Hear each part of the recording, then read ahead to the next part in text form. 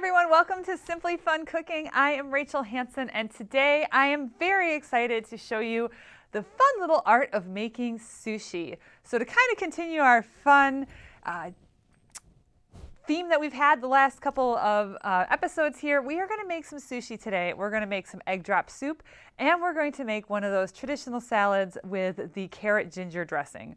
All super duper easy, although there's a little bit of skill to kind of learn and tweak along the way, but I'll share some tips as we go.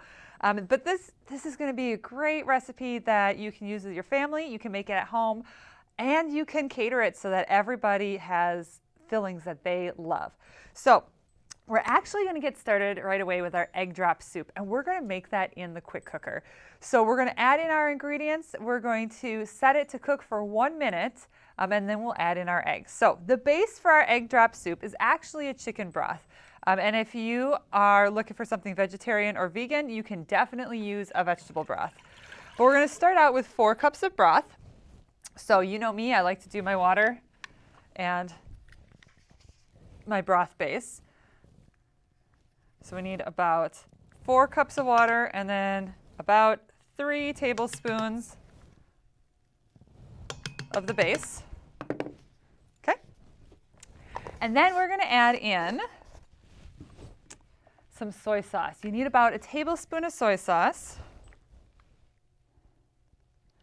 We'll add that in. 3 teaspoons of ginger. Now you can go with fresh grated ginger, or if you have one of those containers of ginger paste, you can do that. We're going to go the ginger paste route right now, make it super quick and easy. All right. 3 teaspoons is about the same as a tablespoon. All right. And then this sounds like only a very, very little bit, but this is really key to your flavor. Sesame oil. We only need half of a teaspoon of it, but it will make the soup, it'll give it that authentic flavor that you need. So we're going to have a half of a teaspoon of the sesame oil and a half of a teaspoon of our garlic rub, or if you have garlic salt, you can use that. We're going to use garlic rub here, Pampered Chef garlic rub. We'll add that in. And we'll add in the half of a teaspoon of that sesame oil.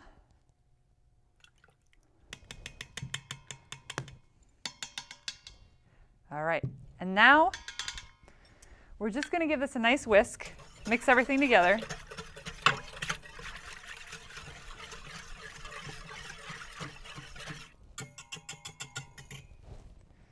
That's all there is to it. So we're going to put the lid on, and we're going to set it for just 1 minute. But we just need 2 eggs, and I'm just going to crack them into this silicone prep bowl.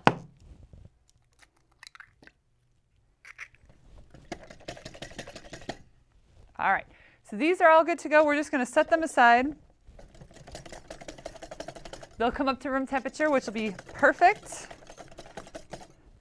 And then I'll show you when our soup is ready. I'll show you how to pour these in to make those lovely ribbons in your egg drop soup. And that's all there is to it. Make our sushi. We are going to start by getting all of our ingredients prepped. Now today I'm going to be making some vegetarian sushi. Only because it's quick, it's easy, and you don't need to really have any special ingredients on hand. Now you can make sushi with any sort of fish that you would like, either cooked fish, or if you want raw fish, make sure that you get sushi grade fish from a market near you that has sushi grade fish. And you're going to want to get that fish like the day that you're going to make your sushi and eat it. But when you go vegetarian, or I've put like cooked chicken in there, or you can do your imitation crab meat, those kinds of things, you have a lot more flexibility with what you're making. All right, so on the Rapid Prep mandolin, on the back, I set it to the julienne setting, and I've got it on number 0. I'm not sure if we're going to need 0 or 1. We're going to find just the right thickness. So I'm going to go ahead and put the carrot in. So these are nice small pieces. You don't need to make them big. You don't need to make them really long because we're going to just lay them in our sushi. We're going to do the same thing with our cucumber. Now our cucumber, I think I'm going to want a little bit thicker. So I'm just going to turn the knob. I'm turning it to 3. We'll see how that looks.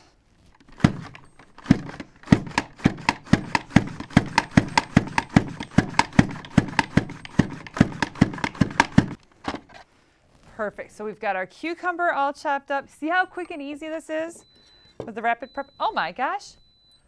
Our quick cooker is beeping. Our soup is done already. So fast. We're going to let it sit there and stay nice and warm. We'll get to that in a few minutes. So I've got 3 different bell peppers here. Lots of fun colors. I think I'm going to definitely do a red bell pepper. We're going to go ahead and cut the top off. About even with the base of that green stem. We can pop out that stem. We can use this piece. And we can take our scoop loop. Take all these seeds out here.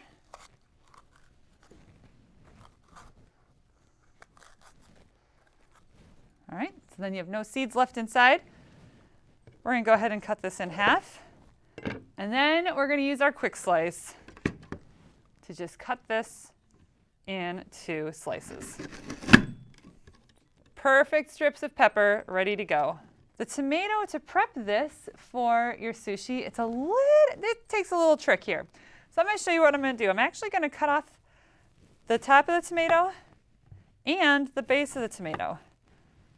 Okay, so we have some flat edges there. And there's nothing wrong with that part of the tomato. But what we're going to do then is I'm going to kind of cut it. I'm not cutting it totally in half. I'm just kind of cutting part of it so that I can open it up. What we're going to do is I'm going to kind of fillet my tomato. I'm going to take all those seeds out so we have just the outside and the skin. And so I kind of go in and I very carefully kind of spin around like this.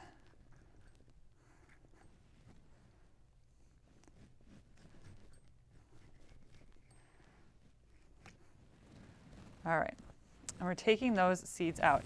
Now, we don't want the seeds. That's a lot of extra liquid. We don't need that liquid in there. Plus, now that we have our tomato open, like this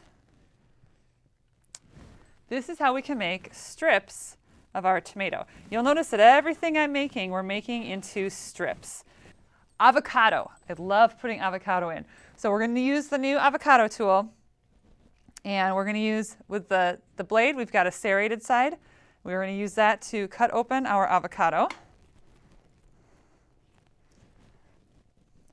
All right. Give it a little twist. Beautiful. And then you use the dull side to slice. I also love to give my sushi a little bit of creaminess with some cream cheese. So I'm going to get some cream cheese sliced up and ready to go as well.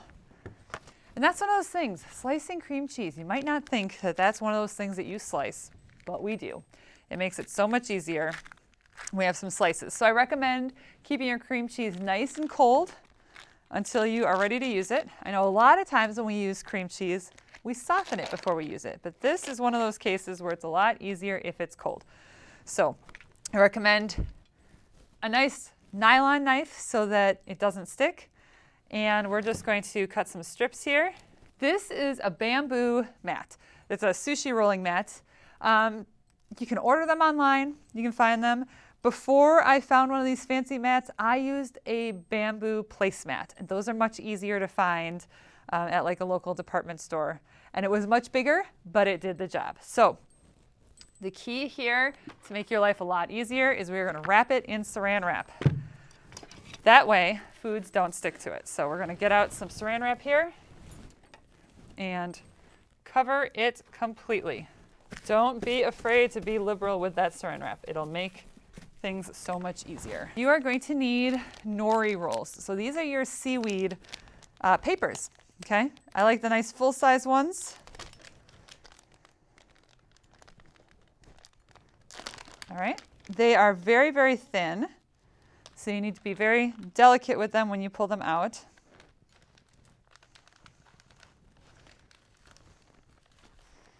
And there are 2 sides to them. So you'll notice there's kind of a rougher side and then there's a smooth, shiny side. We want that smooth, shiny side up. That's where we're going to work. All right, so we're going to lay that on our mat. I like to put the base of it down near the base of the mat, close to me. Put those out of the way here. Other things you're going to want to have close by: water, lots of water. And I have a little prep bowl with just a little bit of water that I'm going to dip my thumb in to seal these shut. And I've got some more water here that I'm just going to kind of get my hands wet in. So we've got our nori, we've got some water. You're going to want your hands wet. I've taken my rings off. We're going to get real down and dirty with this recipe. You want some water so that you can constantly keep your hands wet. And that's so that the rice doesn't stick to them. So our rice, let's talk about that for a minute. So I've got our rice all ready to go. Now you guys know me and you know that I love making rice in the quick cooker. But when it comes to making our sushi rice, I like to make it on the stovetop. And here's why. I like it stickier. When it's done on the stovetop, I can keep an eye on it as it's cooking. I can add some extra water to make it nice and sticky. Now you can get sushi rice. It's called sushi rice at the store.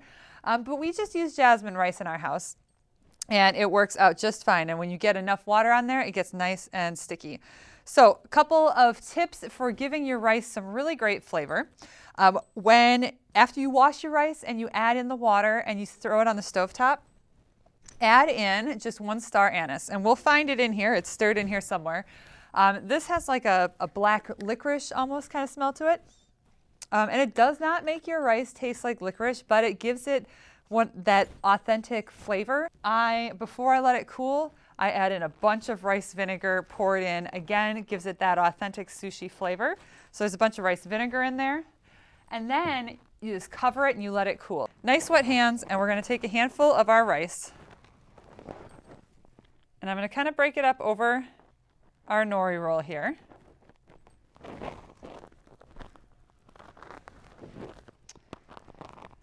All right, then you're going to kind of push it down. Now I like to use like one hand on the edge just to kind of try to get a nice straight line.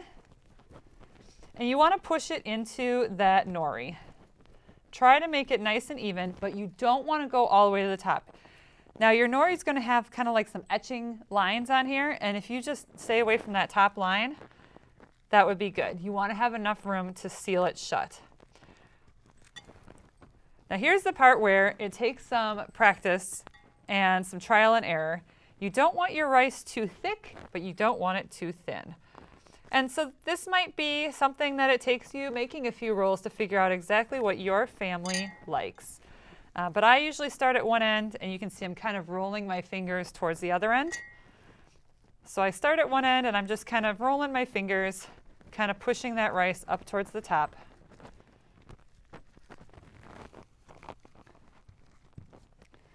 And we're getting it pressed down, just like this. Okay. See, I don't have very much rice stuck to my fingers, but you do get a little bit. Now we get to pick out what we want for fillings. I love cream cheese in mine, so we're going to line up whatever toppings you want near the base that's closest to you. I'll show you my favorite combination here, but every roll can be different. That's the fun part. I love cream cheese with some tomato and some cucumbers. Love to add in cucumber. I love the crunch of some carrots.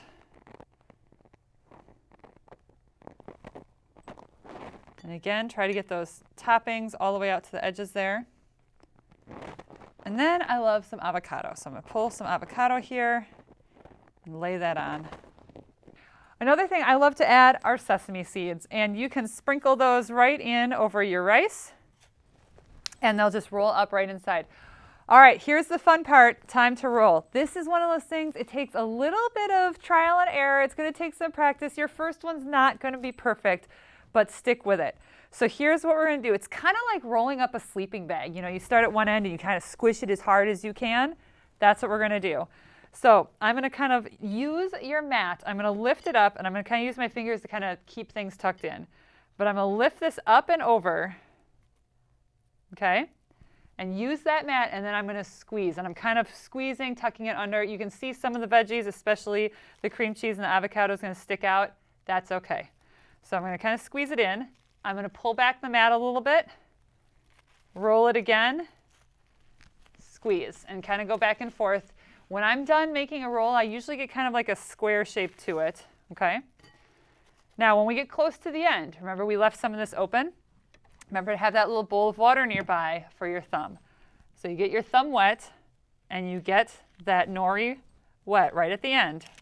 And this is what is going to seal your sushi shut. So you just get it a little bit wet, and then you keep rolling, and use that mat to squish it down.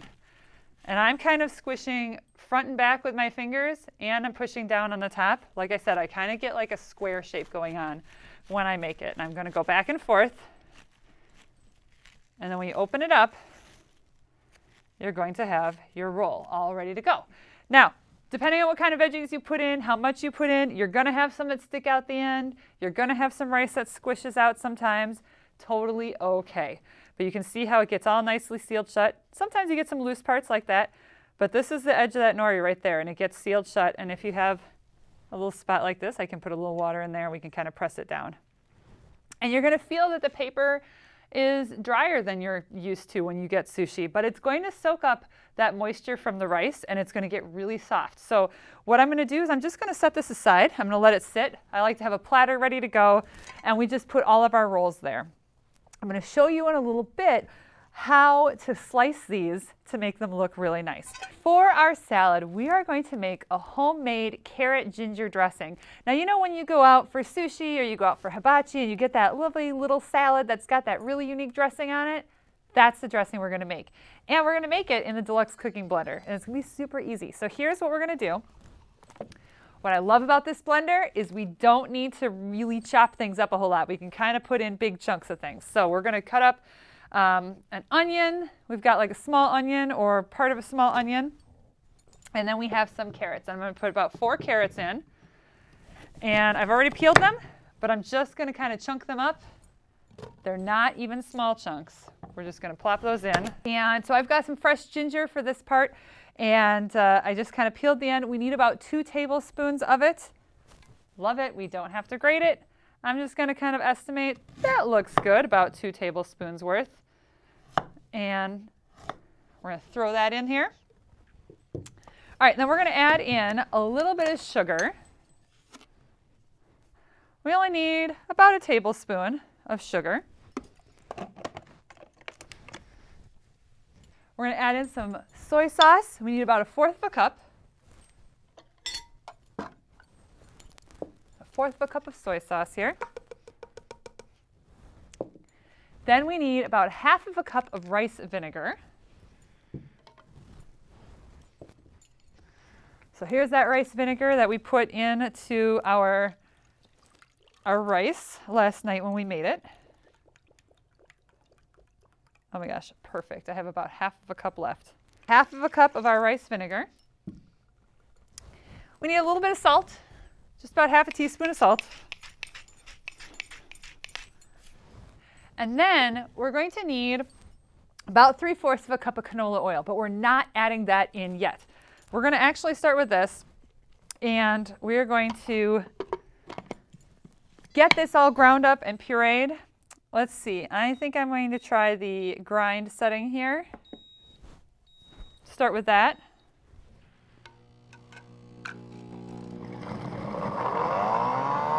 So when we have salad dressing, all right, you can see we've got like this nice carrot ginger puree going on.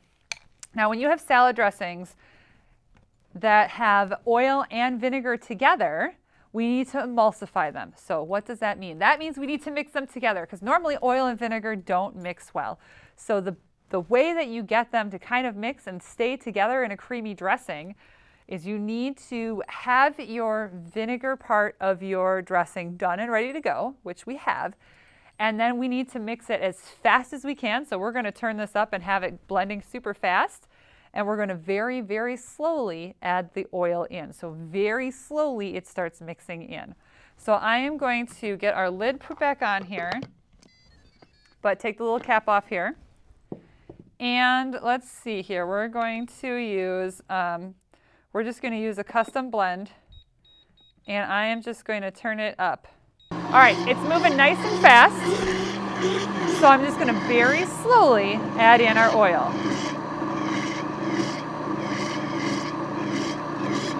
You can see I'm adding just a very little bit at a time.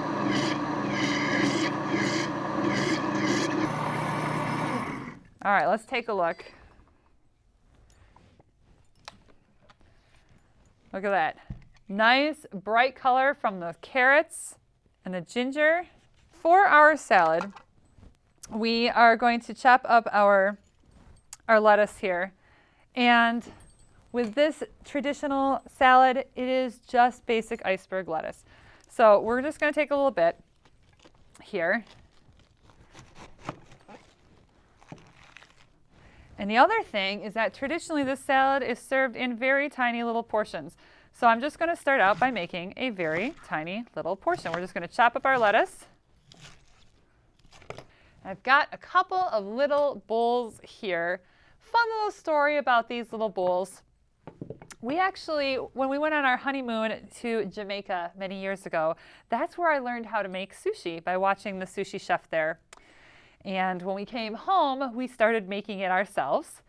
And it was sometime after that that I went out and found this fun little set as, I think it was an anniversary gift for my husband, so that when we made sushi, we could have a fun little set to eat out of. So these little bowls, you can use them for your soy sauce and your wasabi, or you can use them for your small salads.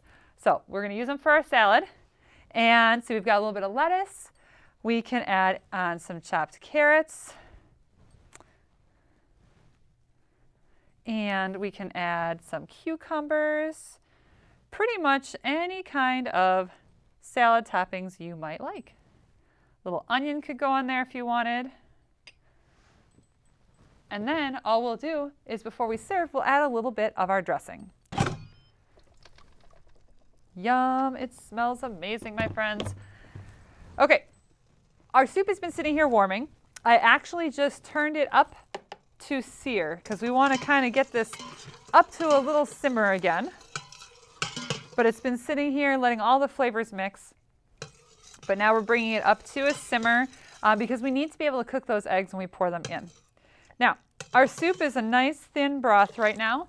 If you like it thicker, you can thicken it up with a little bit of cornstarch. So what you can do is you can take a little bit of cornstarch, just a tablespoon or two, and we can put it in like a little measuring cup or a mixing bowl.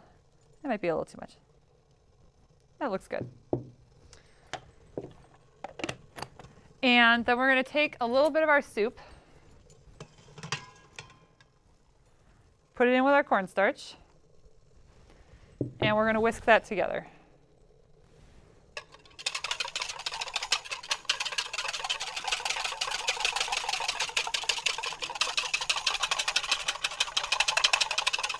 Then you can add this back in.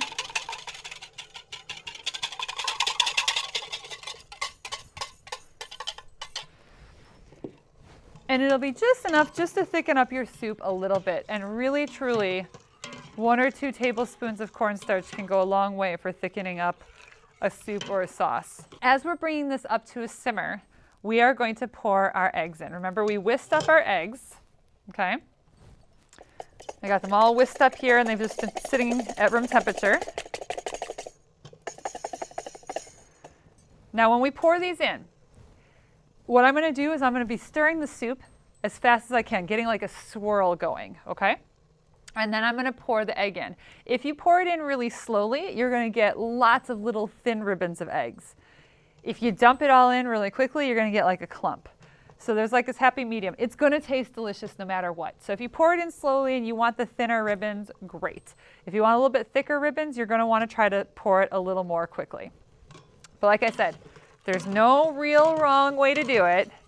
It's just all about practice. So we're going to get it going as fast as we can here without making a mess.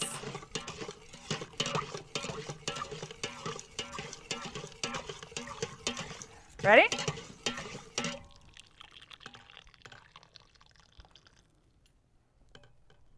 Okay, we pour that in, and then it's that simmering soup that's going to cook the eggs. All right, we have our sushi here, and it's been kind of just sitting off to the side for a couple minutes while I got that salad prepped, and well, we got that soup finished up. So you can see the paper is a little bit softer now. It's not as crunchy as it was before, and that's just because it's soaked up some of the moisture from that rice. For cutting it up, I recommend a serrated knife. Our tomato knife works fabulously. And I'm going to bring back that water that we used. The key is to have a wet serrated knife. Very carefully cut back and forth. And that is how you're going to get your sushi cut without squishing it. You'll notice that there's no rice sticking to my knife because it is wet. If your knife is dry, your rice will stick, just like with your hands. Now I can usually get 1 or 2 slices and then I get it wet again. All right. You'll have to play around with how thick you want your sushi bites. I definitely recommend a little bit thicker at the ends where you have some things kind of sticking out. If you're making some rolls for the kiddos, you might want to have some thinner. I got some smaller ribbons, so I poured it in slow enough that I got some small ribbons. Now you can take your soup, and if you want from here, you can add salt or pepper to taste. You can add, if you want a little bit of spice, you can add in some sriracha or some red pepper flakes. Those are popular things to add to your egg drop soup. You can find your fun little traditional soup spoons to go with if you would like. One of the things that I love to serve with my sushi is sake. Sake is a traditional Japanese drink. You can have it warm or cold, but we have a little carafe that goes with our set here, so it's really fun to have some of our sake in the carafe with the little sake cups. This is one of those beverages where you sip it out of small cups, so almost like shot glass sizes, but you don't take shots of it, you sip it out of there. So I have some pickled ginger. This you can just buy at the grocery store. Ginger is actually a palate cleanser. So when you have some pickled ginger, if you have many different types of sushi rolls, especially if you have different types of fish in them, the reason that you get the pickled ginger is that you can eat some of it between rolls to cleanse your palate so you don't have flavors mixing. Also some wasabi. You usually get a pile of it when you order sushi, but you can get tubes of it so you can have some sushi or some wasabi on the side with your sushi. So you can serve up some of your pieces of sushi just like this. We like to put the platter in the middle of the table and just let everyone pick what they would like. And then, of course, so we've got our soup, we've got our sushi, we've got our salad here. And then, of course, your side, a little sake on the side to bring it all together. A carrot ginger dressing.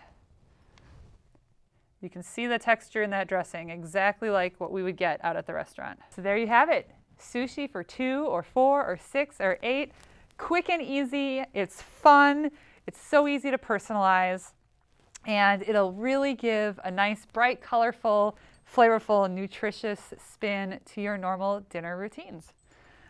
If you'd like any more information about any of these fun products we used today, you can head on over to pamperedchef.com. You can search for me, Rachel Hanson, or your local Pampered Chef consultant. Thanks for joining us today. Cheers.